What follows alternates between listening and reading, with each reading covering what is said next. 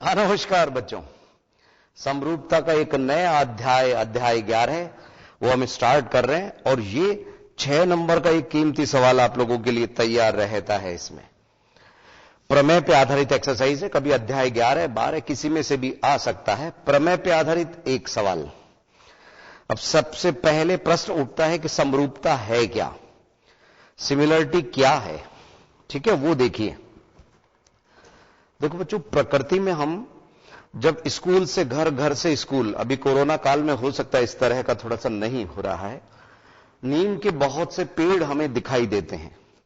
कभी नीम के पेड़ की पत्तियों को अगर गौर से देखें तो उसमें लेफ्ट और राइट, दाईं और बाईं, वो तो एक जैसी दिखती है, वो तो होते हैं सर्वांग सम। और अगर उसी डाली जो हल्की फुल्की टहनी सी है ना, उसमें अगर ऊपर की तरफ की पत्तियों को, नीचे की पत्तियों को देखें आप, तो ऊपर छोटी होती जाती हैं। तो वो सिमिलरिटी है, समरूपता है। एक तरफ बड़ी होती जा रही है, एक तरफ छोटी हो रही है। इसको मैं बिल्कुल मिला रहा हूं, ठीक है, नमस्कार की मुद्रा में। तो ये एक दूसरे से ओवरलैप हो रहे हैं पूरी तरह से, क्योंकि कॉन्ग्रेंट है, सर्वांग सम है। समरूपता में अनुपात समान होता है कोणों का। हम बात कर रहे हैं यहां पे त्रिभुज की। इस एक्सरसाइज में आप लोगों को समरूपता मिलेगी खासतौर से त्रिभुज के बारे में, है ना बच्चों। देखिए, समरूपता कैसे क्या होती है। अक्सर आप लोग कहां, जब किसी स्टूडियो में फोटो वगैरह खिंचवाने जाते हैं तो वहां पे भी आप लोगों ने देखा होगा कि एक फोटोग्राफ उससे जस्ट बड़ा, उससे बड़ा, उससे बड़ा, अलग अलग मेजरमेंट के एक ही फोटो के बनाए हुए होते हैं। तो वो क्या है, समरूप है। क्या है, समरूप है। त्रिभुज हम यहां समरूप बनाते हैं, जिससे आप लोगों को समरूपता की बात क्लियर हो। ये हमने कोई आधार लिया, ठीक है, और इस पे ये हमने लंब ले लिया, समकोण त्रिभुज हम बना रहे हैं। और ये इसका कर्ण, ठीक है बच्चों। अच्छा, एक बात बतानी थी बच्चों आप लोगों को। आज की तारीख 17/12/20 और कल क्या थी, 17/12/20 थी, है ना, कल की तारीख। इनमें संयोग देखिए कि जैसे हमने समकोण त्रिभुज बनाया है यहां पे, अगर हम एक भुजा को इसको 12 मान रहे हैं, इसको 16 मान रहे हैं, इसको, तो ये कर्ण 20 की आ रही है। समकोण त्रिभुज में जो पाइथागोरस प्रमेय, जिसको बोधायन प्रमेय भी कहते हैं, वो कल की तारीख में परफेक्ट बैठ रही थी। लंब, आधार और कर्ण का मामला। और उसी में यह भी था कि इसी तरह का क्रम अगला 24 जुलाई को आएगा 2025। तो हम सोच तो पॉजिटिव रखते हैं। तो 24 का स्क्वायर और 7 का स्क्वायर, अब 2025 की जगह पे केवल 25 लिखिए, ठीक है। कोरोना इसी तरह से शांति से चले जाएगा। इसके फिर से तारीख के बारे में चर्चा करेंगे बच्चों। यस, तो हम बात कर रहे थे समरूपता की। किसकी, समरूपता की। समरूपता में क्या है कि ये तो हम हटा रहे हैं यहां पे 16, 12 और 20, इसकी जगह पे हम 8, 6 और 10 ला रहे हैं, ठीक है। अब मैं एक छोटा त्रिभुज बना रहा हूं, चाहूं तो इससे बड़ा भी बना सकता हूं।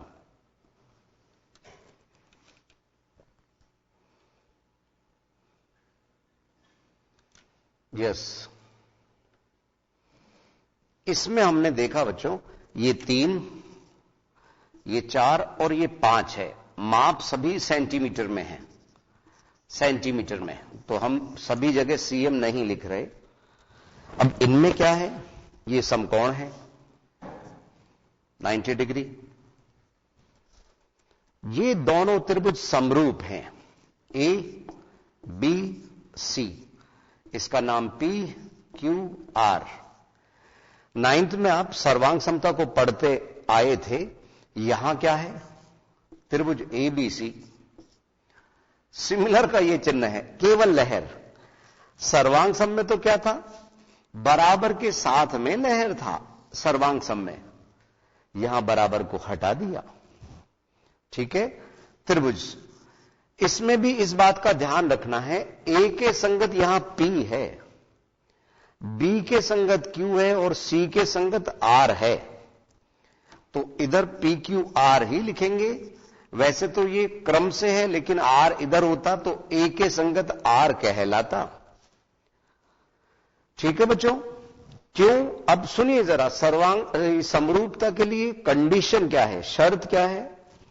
कि जो भुजाएं हैं ना, भुजाएं, संगत भुजाएं, भुजाओं की जगह क्या बोले? संगत भुजाएं।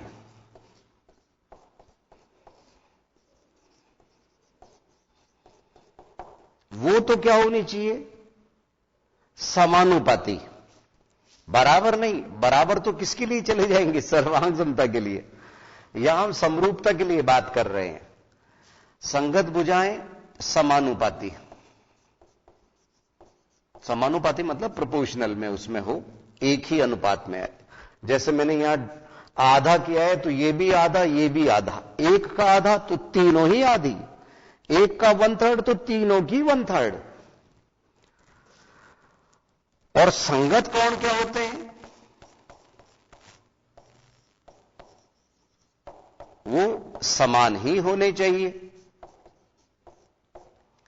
संगत कोण तो बराबर होने चाहिए और संगत भुजाएं समानुपाती होनी चाहिए, जैसे इसमें दिया हुआ है। यहां तीनों भुजाओं के बारे में बात कर रहा है। तीनों भुजाएं समान अनुपात में हैं, 2:1, 2:1, 2:1। ठीक है, ध्यान रखिए। अगर मैं कोई अन्य त्रिभुज बनाऊं, यस बच्चों, ये हमने कोई त्रिभुज लिया,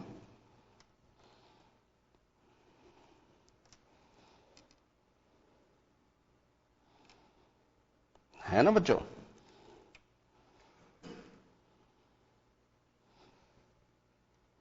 यस, तो ये हमारा एक त्रिभुज बना।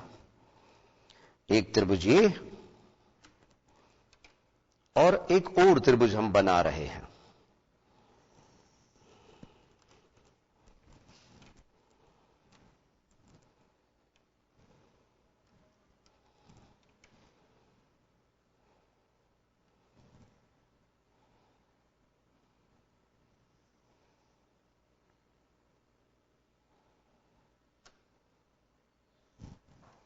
यस,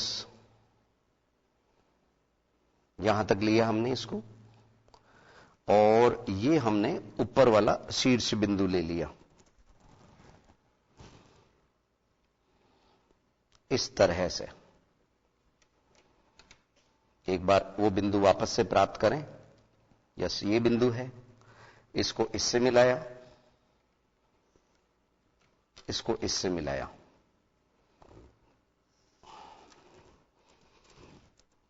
यहां पे हमने समद्विबाहु त्रिभुज ले लिया। ठीक है, ये 14 सेमी है। चलिए 1/3 की बात ले लेते हैं इस बार। 1/3 मान लीजिए ये 15 सेमी है, और ये 9 सेमी, और ये भी 9 सेमी, क्योंकि समद्विबाहु त्रिभुज हमने लिया है। और इस बार इधर 5 सेमी, इधर 3 सेमी और इधर 3 सेमी दिया हुआ है। M N P. लेकिन इस बार नाम हम कुछ चेंज कर रहे हैं, एक्स वाई जेड इधर ऐसे लिख रहे हैं। ठीक है, तो यहां पे चूंकि अनुपात, ध्यान दीजिए, अभी आपको कह के बनाया हमने कि ये 1/3 है। एक का 1/3 है तो दूसरे का भी 1/3 है, तीसरे का भी 1/3 है। तीनों में अनुपात एक सा होना चाहिए, तभी वो समानुपाती कहलाते हैं। बच्चों, जब भी हम कोई नया चैप्टर लेते हैं तो बिल्कुल उसके बेसिक कंसेप्ट समझाते हैं, जिससे वो चैप्टर स्ट्रांग रहे आपकी नजरों में, रटना नहीं पड़े। तो ये ध्यान रखिए, 1/3 1/3 1/3 हो गए। ठीक है, और इसका क्षेत्रफल क्या होता है? 1/3, 1/3 का स्क्वायर 1/9, इसका 9 गुना इसमें होगा। यहां डबल भुजाएं हैं तो क्षेत्रफल 4 गुना होगा, ध्यान रखिए। ठीक है, ये तो रही। और अभी हमने केवल भुजाओं के आधार पर बोला है। अगर कोई सवाल में कोण दिया हुआ हो, ये देखिए, ये हमने फ्री हैंड से बनाया है, ये इस तरह का, मान लीजिए 60, 50, 60 और 70 है, और इधर भी 50, 60 और 70 है, तो इसमें हमारे भुजाओं को ज्ञात करने की जरूरत ही नहीं है। कोण, अगर सारे कोण समान है, समानुपाती है। सारे कोण समान है, समानुपाती होगा, क्योंकि भुजाएं जो है ना बच्चों, भुजाएं वो तो खुद ही समानुपात में होंगी। ध्यान रखिए, कोण बराबर है, बिल्कुल। इसमें एक समरूपता के कुछ नियम कायदे कानून आप देखेंगे। एस एस एस, तीनों भुजाएं समानुपाती हो, हम समरूप बोल सकते हैं। एस ए एस, बिल्कुल, दो भुजाएं समानुपाती, उनके बीच का कोण बराबर, तब बोल सकते हैं। या ट्रिपल ए, और ट्रिपल ए की जगह डबल ए में ही आ गया, इसलिए वो ए एस ए की बात ही नहीं है। ये ध्यान रखिए क्राइटेरिया में। आरएचएस की जरूरत नहीं, वो इन्हीं से हो जाता है बच्चों, तो ये ध्यान रखिए। ठीक है, संगत भुजाएं समानुपाती, संगत कोण समान। कंडीशन किसके लिए? समरूपता के लिए। किसके लिए? समरूपता के लिए। अब रही बात व्रत। अगर हम व्रत के बारे में बात करें बच्चों, तो व्रत में होता क्या है बेचारे में? व्रत के अंदर त्रिज्या ही तो होती है। तो अगर हम दो अलग अलग त्रिज्या के व्रत बनाएं, मान लीजिए एक व्रत हमने ये बनाया इस जगह पे, यस, एक व्रत ये बनाया, और एक इसी के पास में थोड़ा सा कम त्रिज्या का व्रत बना लिया, थोड़ी सी कम त्रिज्या का व्रत बना लिया इस जगह पे। केंद्र हम पहले से निर्धारित कर रहे हैं, इस जगह पे हमने त्रिज्या कम कर ली बच्चों। ज्यादा करेंगे तो ऊपर वाले त्रिभुज में जाएगा। ठीक है, तो देखा आपने, इनकी त्रिज्या अलग अलग है, दिख ही रहा है, एक छोटा है एक बड़ा है। तो व्रत बोलते ही वो समरूप होते हैं। ठीक है, व्रत समरूप होते हैं, बिल्कुल एक जैसे लगते हैं। इसके अलावा वर्ग, अगर हमने वर्ग बोला तो वर्ग बोलते ही 90 डिग्री के तो वो आ गए अपने आप ही। केवल बुझाई तो चाहिए वर्ग बनाने में, तो वर्ग भी समरूप होते हैं। तो इस आधार पे ये जो सारी बातें हैं, इस आधार पे हमारा फर्स्ट जो 11.1 एक्सरसाइज है वो इसी बात पे आधारित है। आधे आधे एक एक, मतलब एक एक नंबर, दो दो नंबर वाले। वैसे तो इसमें बड़ा सवाल आएगा, लेकिन छोटे छोटे नंबरों के लिए 11.1 को हम देखते हैं। ध्यान दीजिए। यस, सवाल नंबर 1, 11.1 का रिक्त स्थानों की पूर्ति कीजिए। सभी व्रत समरूप होते हैं। तो पहले में आया समरूप, सभी वर्ग, दूसरे में भी समरूप। एक्सरसाइज 11.1 यहां सॉल्व कर रहे हैं। आज हम थोड़ा सा अलग हटके चल रहे हैं। सवाल नंबर 1, रिक्त स्थानों की पूर्ति, तो समरूप। सेकंड पार्ट में भी समरूप। ठीक है, थर्ड पार्ट क्या कह रहे हैं? सभी त्रिभुज समरूप होते हैं। तो त्रिभुज कौन से समरूप होते हैं? वर्ग की जगह त्रिभुज ऐसा कौन सा होता है जिसमें कोण नाम के साथ ही मिल जाते हैं? समबाहु त्रिभुज। सही सोच रहे हो बच्चों?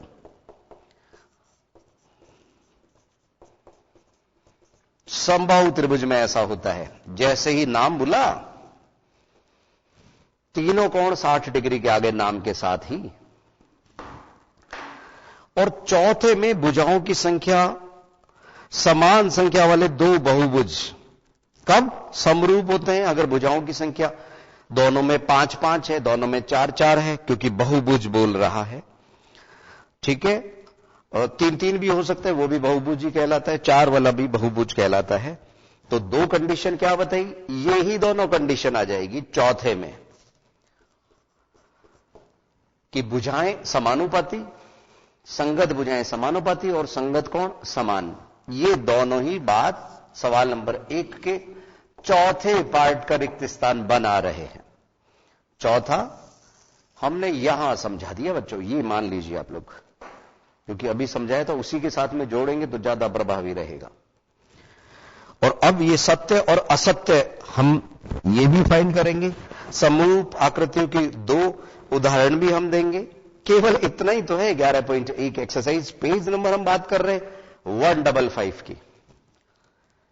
तो पूरी एक्सरसाइज के बचे हुए क्वेश्चन लेके हाजिर होते हैं हम 1-2 मिनट के अंतराल के बाद।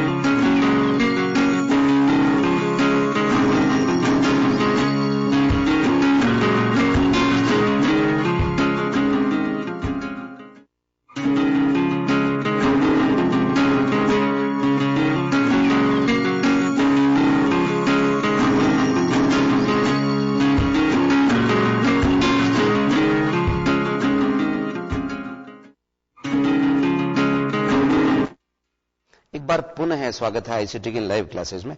बच्चों सुनिए मेरी बात, अभी एक सत्य असत्य में थोड़ा सा कंफ्यूजन क्रिएट हो सकता है।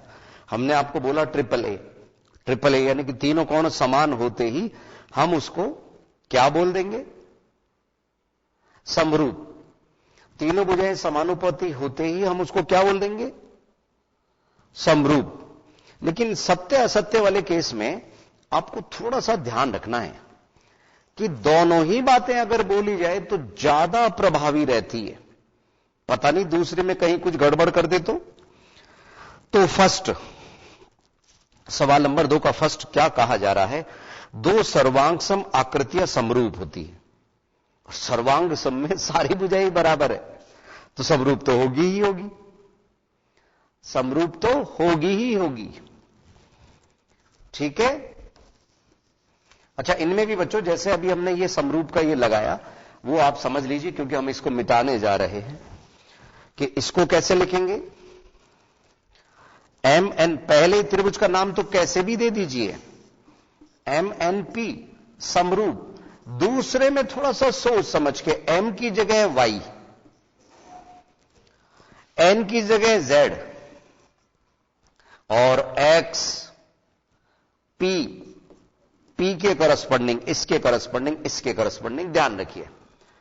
M N P similar to Y Z x.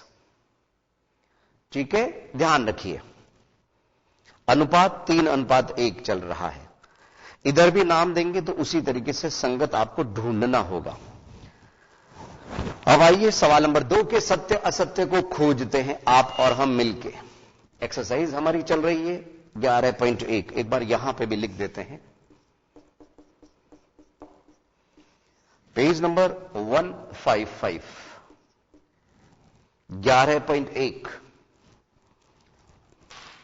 155, yes, second का फर्स्ट। दो सर्वांग आकृतियां समरूप होती है, बिल्कुल सत्य। सवाल नंबर 2 का सेकंड पार्ट, दो समरूप आकृतियां सर्वांग सम होती है। नहीं नहीं नहीं नहीं, फिर तो हम उसको सर्वांग सम ही बोलेंगे ना। ध्यान रखिए, दो समरूप आकृतियां सर्वांग सम नहीं, ये हमारे को सत्य प्रतीत नहीं हो रहा है। यस, तीसरे में देखिए, दो बहुभुज। बच्चों ये बता रहा था मैं आपसे, क्योंकि यहां जो लेखक की इच्छा है, राइटर की जो इच्छा है वो क्या है, दूसरे सवाल का जो फोर्थ पार्ट है ना, वो उसको सही मान रहे हैं कि दोनों एक साथ ही बोलिए भाई, संगत भुजाएं तो समानुपाती होना चाहिए और कोण समान होना चाहिए, आधे अधूरे से काम नहीं चलेगा। तो इस आधार पर तीसरे में इन्होंने बोला कि दो बहुभुज समरूप होते हैं यदि उनकी संगत भुजाएं समानुपाती हैं। कोण के लिए नहीं बोला, इसलिए असत्य। चौथे में दो बहुभुज समरूप होते हैं यदि उनकी संगत भुजाएं समानुपाती एवं संगत कोण बराबर हो, ये चाहते हैं सत्य। और इसी वजह से फिफ्थ को भी असत्य घोषित कर दिया कि दो बहुभुज समरूप होते हैं यदि उनके संगत कोण बराबर हो। बात बहुभुज की कर रहा है, त्रिभुज की नहीं कर रहा। ठीक है, बहुभुज की जा रही है, तो आप जैसे राइटर चाह रहा है वैसे ही चलाइए। यह असत्य है, चौथे में सत्य और पांचवें में फिर से असत्य। यस बच्चों, अब क्या कहा गया है कि समरूप, तीसरे सवाल में समरूप आकृतियों के कोई दो उदाहरण आकृति बनाकर दीजिए। दो उदाहरण आकृति बनाकर, ये रहा एक उदाहरण, ये रहा सवाल नंबर 3 का। इसकी त्रिज्या 3 सेमी, इसकी त्रिज्या 2 सेमी। बन गया एक एग्जाम्पल। एक वर्ग बना दीजिए, वर्ग, या ये भी चल जाएगा बच्चों। दो त्रिभुज बना दीजिए जिसमें समान कोण हो, वो आकृतियां चल जाएगी। वर्ग बना दीजिए, एक 5 सेमी भुजा वाला और एक 4 सेमी भुजा, वो उसका उदाहरण बन जाएगा। तो ये तो था हमारा 11.1 के बारे में बात। ठीक है बच्चों, ये सवाल नंबर 3, सवाल नंबर 3 के एग्जाम्पल ये बन गए। अब हम चल रहे हैं एक महत्वपूर्ण प्रमेय की ओर, जिसको बीपीटी, थेल्स थ्योरम भी कहते हैं। अच्छा बच्चों, इस दौरान आप लोगों के लिए कुछ विचार विमर्श किए जा रहे हैं, परीक्षा कैसे की जाए, कब की जाए। जैसे ही फाइनल स्थिति आएगी हम यहां से आपको बता देंगे। ठीक है, अब ये समान कोणिक त्रिभुज, इसके बारे में हमने आपको बताया। ये समान कोणिक तीनों कोण अगर बराबर हो, उसके बाद में प्रमेय 11.1 एक बहुत महत्वपूर्ण प्रमेय है, जिसको आधारभूत आनुपातिकता प्रमेय भी कहते हैं, बड़ा नाम है।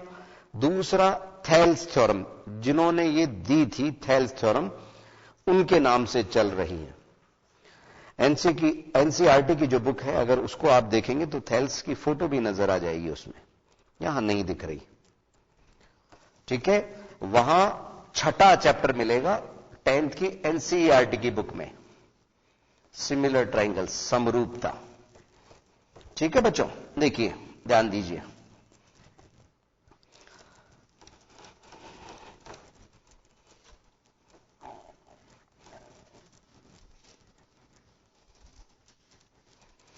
अब इन्होंने क्या प्रमेय अच्छी तरह से, और फिर इसका डायरेक्ट प्रूफ भी एग्जाम में आ जाता है, वो भी आप लोगों को समझाएंगे।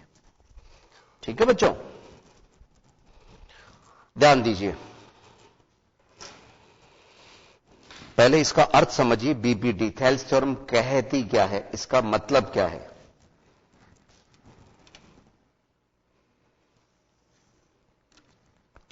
सवालों में तब उपयोग लेंगे जब आपको इसका मतलब पता होगा।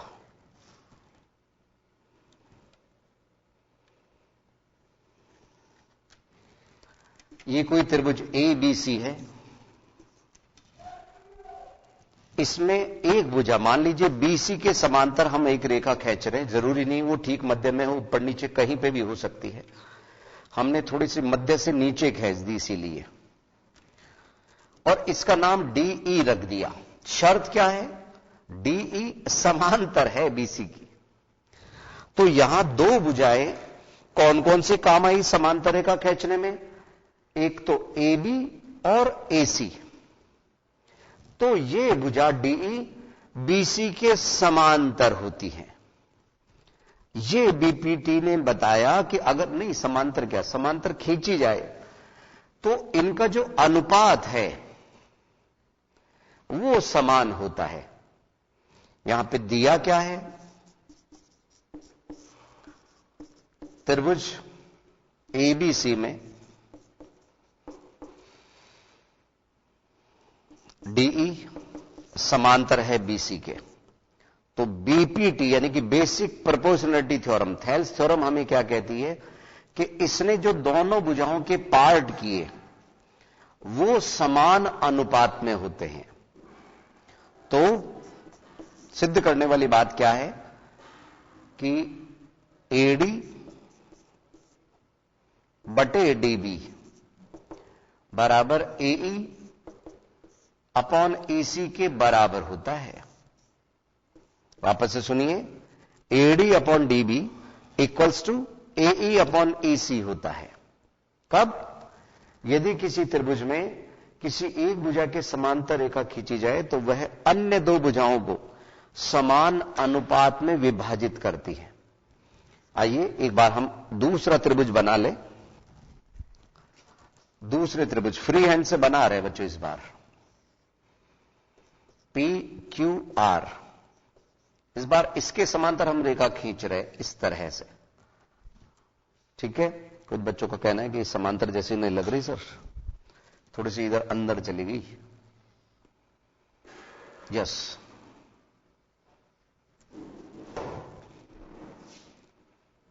ये समांतर खींची, ये इसके समांतर है। मान लीजिए इस बार इसका नाम MN है, यहां पे PR समांतर है MN के। तो बाय बीपीटी यानी कि थेल्स थ्योरम से, आधारभूत आनुपातिकता प्रमेय, basic proportionality theorem, Thales theorem भी जिसको कहते हैं, बार बार में हम सवाल में लिखेंगे थेल्स प्रमेय से। वो क्या कहती है थेल्स प्रमेय कि Q जो सिंगल बिंदु बचाना वहां से स्टार्ट हो जाइए आप, QM बटे MP बराबर होगा QN अपॉन NR के। ये बीपीटी है, थेल्स थ्योरम है, समझ लीजिए। अभी एक और मैं आप लोगों से पूछने वाला हूं, वो कौन सी भुजा रह गई अभी हमारी, हां, इस भुजा के समांतर हमने ले लिया, इसके ले लिया, अब ये बच गई बेचारी, इसको भी हम नाराज नहीं करेंगे बच्चों। ये लीजिए, इस बार इसी त्रिभुज से हम बना लेते हैं तेजी से बन जाएगा त्रिभुज।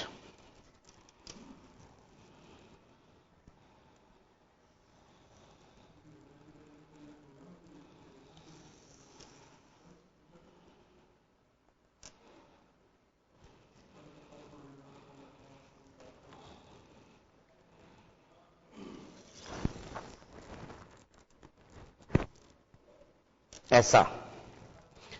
अब क्या किया जाएगा, इसके समांतर हमने ये रेखा खींच ली,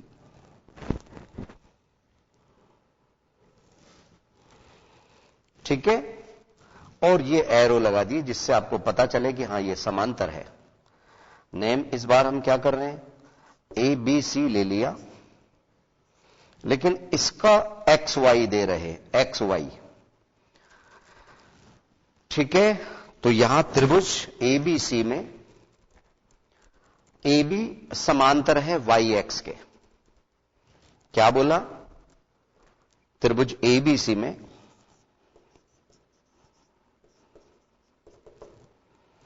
ए बी, मालूम तो है ना बच्चों, ये दो खड़ी लाइनें समांतर का निशान है, वाई एक्स के समांतर है। तो सी वाई अपॉन वाई ए बराबर होगा सी एक्स अपॉन एक्स बी के।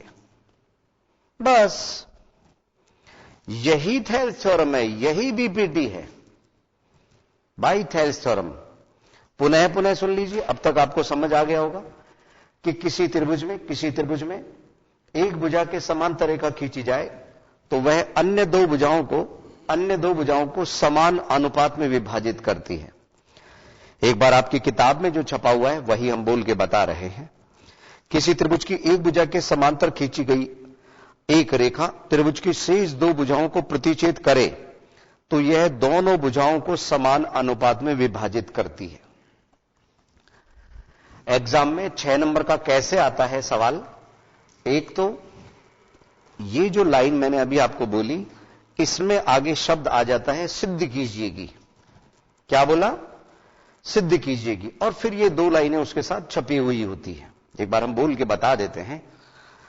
सिद्ध कीजिए, किसी त्रिभुज की एक भुजा के समांतर खींची गई रेखा त्रिभुज की शेष दो भुजाओं को प्रतिच्छेद करे तो यह दोनों भुजाओं को समान अनुपात में विभाजित करती है। एक पार्ट तो ये प्रमेय का होता है, और दूसरा पार्ट अभी जो हम एक्सरसाइज करेंगे 11.2 उसमें से लिया जाता है। यानी 6 नंबर का ये जो सवाल होता है अक्सर दो टुकड़ों में आता है। अकेली प्रमेय 6 नंबर लायक नहीं होती है, अकेला सवाल 6 नंबर लायक नहीं होता है। तो आप अगली जो हमारी क्लास होगी ना उसमें हम प्रमेय करवाएंगे बच्चों, अच्छी तरह से समझिएगा। और इसका उपयोग, इसी प्रमेय का उपयोग हम करेंगे 11.2 के सवाल नंबर 1, सवाल नंबर 2 और आगे चलता रहेगा बच्चों, ठीक है। तो एक बार हम जाने से पहले थोड़ा सा इसी को रिवाइज करवा देते हैं, देखिए जरा। यस बच्चों, फर्स्ट ऑफ ऑल एबीसी, त्रिभुज एबीसी में डीई समांतर है बीसी के, दिया गया है हमारे को। तो हमारे एबी और एसी इन दोनों के टुकड़े हुए, ठीक है, एक टुकड़ा ये, एक टुकड़ा ये, तो इनमें जो भी अनुपात होगा, अगर मान लीजिए 5:3 है तो 5:3 ही इधर होगा। अगर 8:3 है तो 8:3 ही इधर होगा। बात कह रहे अनुपात की। तो यहां त्रिभुज एबीसी में डीई समांतर बीसी है, ये दिया हुआ पार्ट है। ये सिद्ध करने वाला पार्ट होता है एडी अपॉन डीबी, एडी बटे डीबी बराबर है एई बटे ईसी के, ठीक है। आइए दूसरा डायग्राम देखें, दूसरा चित्र देखें। पीक्यूआर, इसमें ये समांतर इसके लिखा है ना बच्चों, पीआर समांतर है एमएन के, बस। तो बीपीटी जिसको थेल्स थ्योरम भी कहते हैं, थेल्स प्रमेय भी कहते हैं, उसमें क्या हुआ, क्यू एन या इधर की तरफ चले गए तो क्यू एम बटे एमपी बराबर होता है क्यू एन बटे एन आर के। और इसी तरह से हमारा तीसरा जो डायग्राम है उससे बना क्या, त्रिभुज एबीसी में एबी समांतर है वाई एक्स के, तो सी से स्टार्ट हो जाइए, सी वाई बटे वाई ए बराबर होगा सी एक्स बटे एक्स बी के। संभवतः ये थेल्स प्रमेय आप लोगों को समझ में आ गई होगी। 11.1 के सभी सवाल हमने आज करवाए। अगली क्लास में कुछ नया लेके हम फिर हाजिर होंगे। नमस्कार।